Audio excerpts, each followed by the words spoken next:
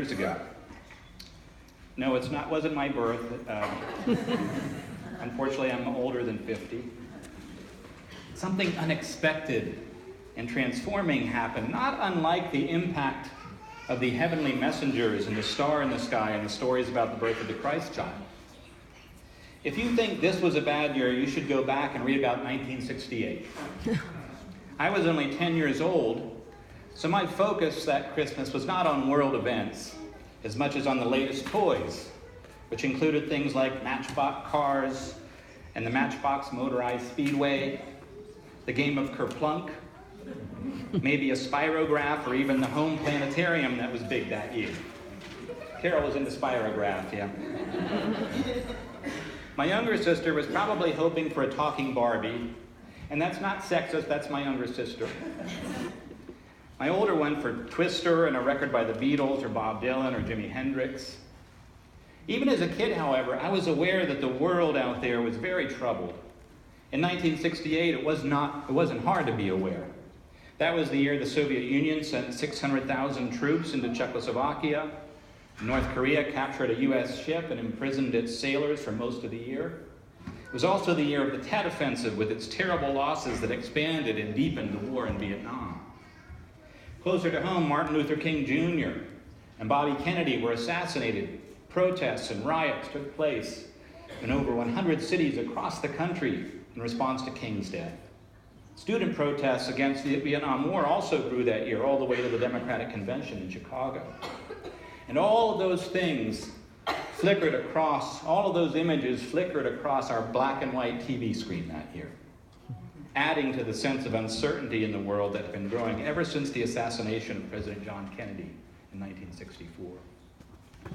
But there was another thing happening in the 60s that was utterly fascinating and magical for a kid at that time.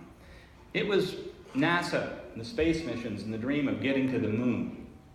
You have to understand, technology was not as prevalent in those days as it is now. The only screen in our home was that black and white TV with sketchy reception of only 3 network channels. I mean, how many screens are in your home now? I mean, there were no computers, no cell phones, no Siri or Alexa or Facebook, nothing like that. Satellites were a brand new concept, and the moon seemed impossibly remote and ancient and mysterious thing from another realm. So the space program represented this totally new sense of possibility. Star Trek was on TV at the time. There was this growing fascination with the idea of space travel. I grew up going out on a clear night to catch a view of the rare satellite passing overhead. Regular launches from Cape Canaveral for the latest mission were exciting, dramatic events in this world of very little technology. There was something remarkable and magical and beautiful about it all, especially in contrast to the troubling events of our world down here. On the winter solstice, December 21st, 1968, Apollo 8 was launched for the first attempt in history to send humans to the moon and back. Now, for those of you who think it was all happened in Area 51, I can't really speak to you tonight, but anyway.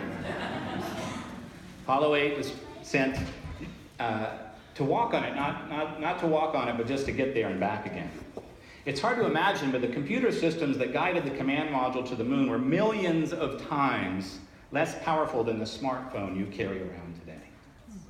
And this mission was only the second time astronauts could even broadcast directly from space. The whole thing just seemed miraculous back then, even on a scratchy black and white television. But a different kind of miracle took place during that mission on Christmas Eve that year. On their 4th orbit, as the astronauts came back around from the dark side of the moon, they saw our beautiful blue, white, and green planet rising over the stark surface, like some divine star showing the way home. They were the first human beings in history, the first in hundreds of thousands of years of human existence to break free of Earth's orbit and see the Earth from space in its entirety, an oasis of life up in the vastness, and even rising over the moon. Later that evening, to end their Christmas Eve broadcast, the astronauts surprised Mission Control and read from Genesis chapter 1. God called the dry land earth, and the waters that were gathered together God called seas, and God saw that it was good.